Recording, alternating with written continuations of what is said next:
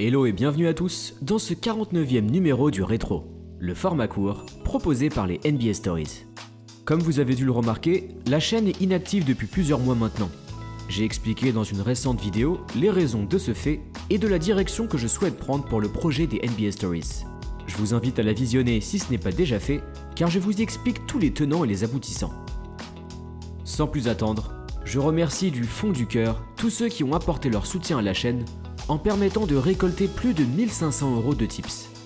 Si vous appréciez mes vidéos de longue date et que vous souhaitez apporter votre pierre à l'édifice, sachez que vous pouvez offrir un tip à la chaîne directement depuis YouTube en cliquant sur le cœur sous cette vidéo.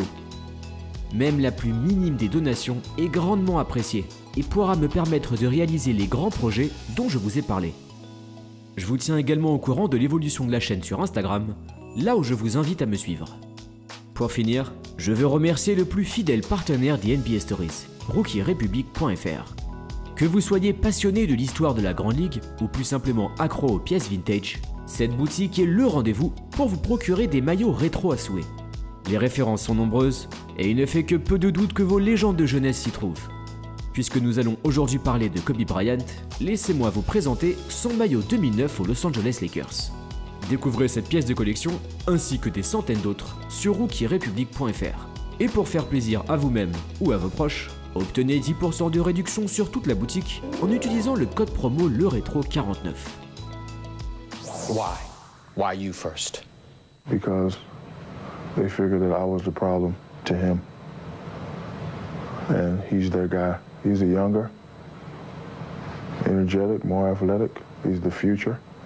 Atterrissons à Los Angeles en 2004. D'habitude si chaude, la température de la Cité des Anges était totalement brûlante lors de l'été de cette année-là. Après 3 titres consécutifs, les Lakers de Shaq et Kobe venaient de se faire laminer par les Pistons et les tirs fusaient dans tous les sens. Les propos alors tenus par le coach Phil Jackson étaient sans équivoque. Je n'entraînerai pas cette équipe l'année prochaine si Kobe est encore là. Il ne veut écouter personne, j'en ai assez de lui. Je crois que Kobe est addict du contrôle et qu'il préfère prendre un mauvais tir plutôt que de passer la balle. Jerry Buss, le mythique propriétaire de l'équipe californienne, était épuisé par la guerre fratricide entre le monstre Shaquille O'Neal et la jeune vedette Kobe Bryant. Un choix devait donc être fait et c'est le pivot qui plia bagages en direction de Miami. En désaccord avec l'organigramme de l'équipe, l'entraîneur Phil Jackson décida lui aussi de quitter le navire. Bref, lors de l'intersaison 2004-2005, les Los Angeles Lakers naviguaient assurément en eau trouble. How much did you have to do with both of their departures? Oh, zero. Nothing. But, you know, people's perception, they always want to run with the biggest story.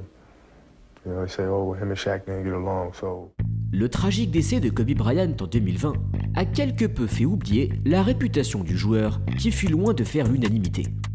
Les années qui suivirent le départ du Shaq sont parmi les plus oubliées de sa carrière, alors tentons d'y voir un peu plus clair. Sur le parquet, Kobe était perçu comme un joueur trop individualiste et bien moins proche de ses coéquipiers que l'était le facétieux O'Neal. En dehors, une accusation de viol à son égard fit la une des médias américains et écorcha encore plus son image. Pour compliquer le tout, Kobe alla jusqu'à dénoncer dans son interrogatoire la vie intime du Shaq. Where it was revealed that you had suggested, and I don't have the quote exactly, that Shaquille O'Neal maybe has paid off women in the past. When's the last time you talked to Shaq, and did you ever apologize for those statements? You know, I haven't had the opportunity to talk to him directly. But if I do get that opportunity, I definitely... Why not, Kobe? It's been months. Why not? Man, I can try to track him down, but I don't have his number or anything like that. Au début de la saison 2004-2005, les Los Angeles Lakers étaient donc dans les mains du seul Kobe, avec désormais Rudy Tomjanovic sur le banc. Ce dernier étant ensuite diagnostiqué d'un cancer, c'est ni plus ni moins que Phil Jackson qui fit son retour en milieu de saison. C'est alors que débuta une période méconnue de la carrière de Kobe Bryant. Ce dernier avait souvent clamé qu'il avait la carrure pour porter une équipe sur ses épaules. Les résultats le contredirent. Kobe débuta ainsi la saison 2004-2005 comme le leader haut la main des Lakers. Une équipe qui peina à hisser son bilan au-dessus des 50% de victoires. Suite à ses démêlés avec la justice, Bryant était hué à quasiment chaque déplacement, et les médias lui reprochèrent son arrogance et son individualisme. Cadeau de Noël, Shaquille O'Neal et Kobe Bryant s'affrontèrent pour la première fois sur le parquet des Lakers. Comme un symbole, Kobe marqua 42 points, mais le hit bien plus collectif d'O'Neal remporta la rencontre. À partir de 2005, les Lakers se transformèrent tout simplement en un one-man show. Bryant, toujours plus puissant offensivement, rejoignit le monde des extraterrestres en inscrivant 62 points en 3 quarts temps contre Dallas. Un mois plus tard, c'était cette fois-ci 81 unités que Kobe inscrivit face aux Raptors, deuxième meilleur bilan de l'histoire. De là à faire l'unanimité, pas vraiment, car Vince Carter en alla de sa petite pique en 10 ans. Le problème avec cette performance est que maintenant tous les jeunes vont vouloir jouer comme Kobe, en pensant qu'à leur point, au lieu de jouer en équipe. People who were watching the game, knew what that game was about. They knew what I had to do to kind of get us back in the game. And at the end of the day, it's about winning the game. And we won. There's nothing else to be said. Accrochez-vous bien, car c'est avec 35,4 points de moyenne que Bryant conclut la saison 2005-2006. Signe du désamour des médias pour son jeu peu altruiste, l'arrière finit pourtant à la 4e place des votes du titre de MVP, derrière Dirk Nowitzki, LeBron James et Steve Nash. Suite à l'élimination des Lakers face aux Suns en play-off, la question restait donc toujours intacte. Enquiller des points, pas de problème. Mais Kobe Bryant pouvait-il être le leader d'une équipe championne ? Voulant marquer une rupture avec ses années de jeunesse, Kobe décida avant la saison 2007 de changer son numéro 8 pour le 24. You changed from 8 to 24. Never had a chance to ask you that publicly. Why the number change? Why not?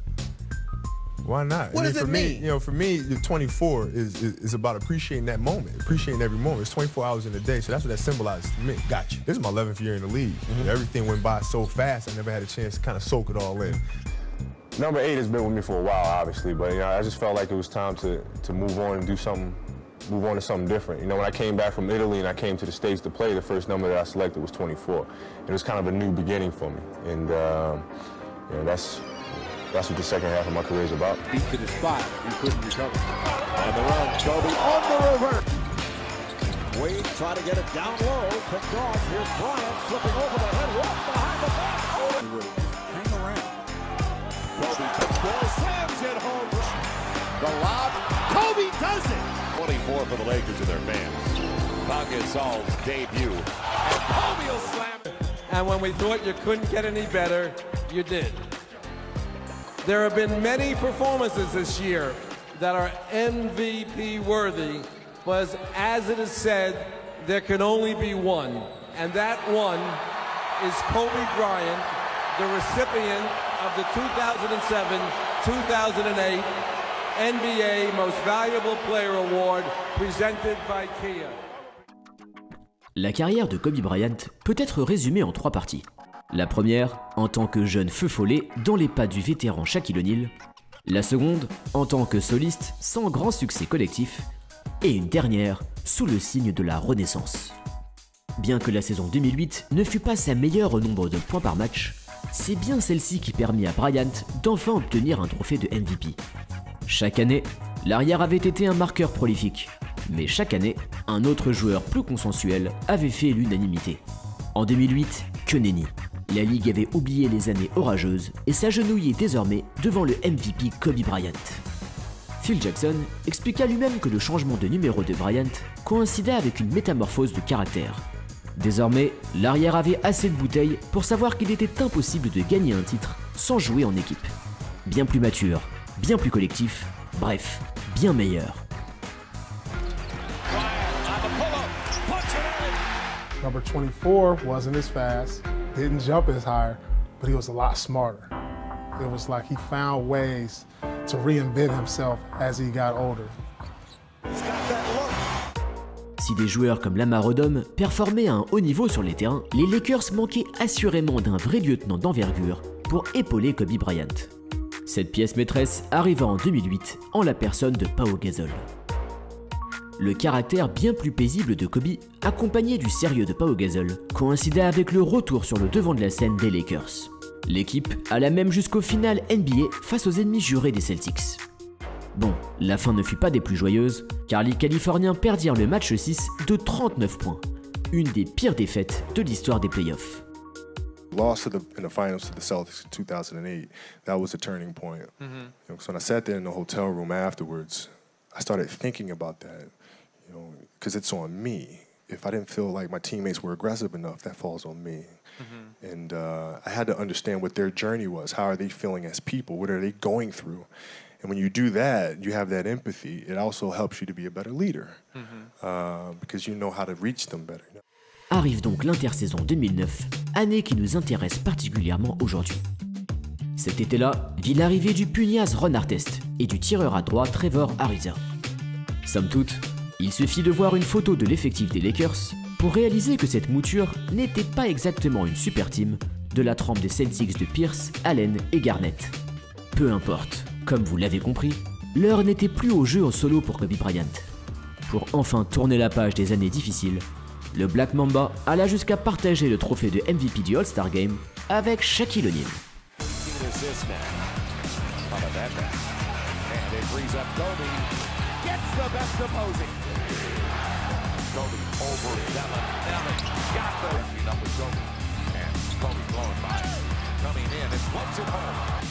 Kobe up against Jason Kidd. Little step back, Kobe does it again! How good is this guy? 91. La saison 2008-2009 fut une véritable masterpiece de la part de Bryant. Et lorsque l'inexpérimenté Orlando Magic croisa la route des Lakers en finale, autant vous dire que le Black Mamba n'en fit qu'une bouchée.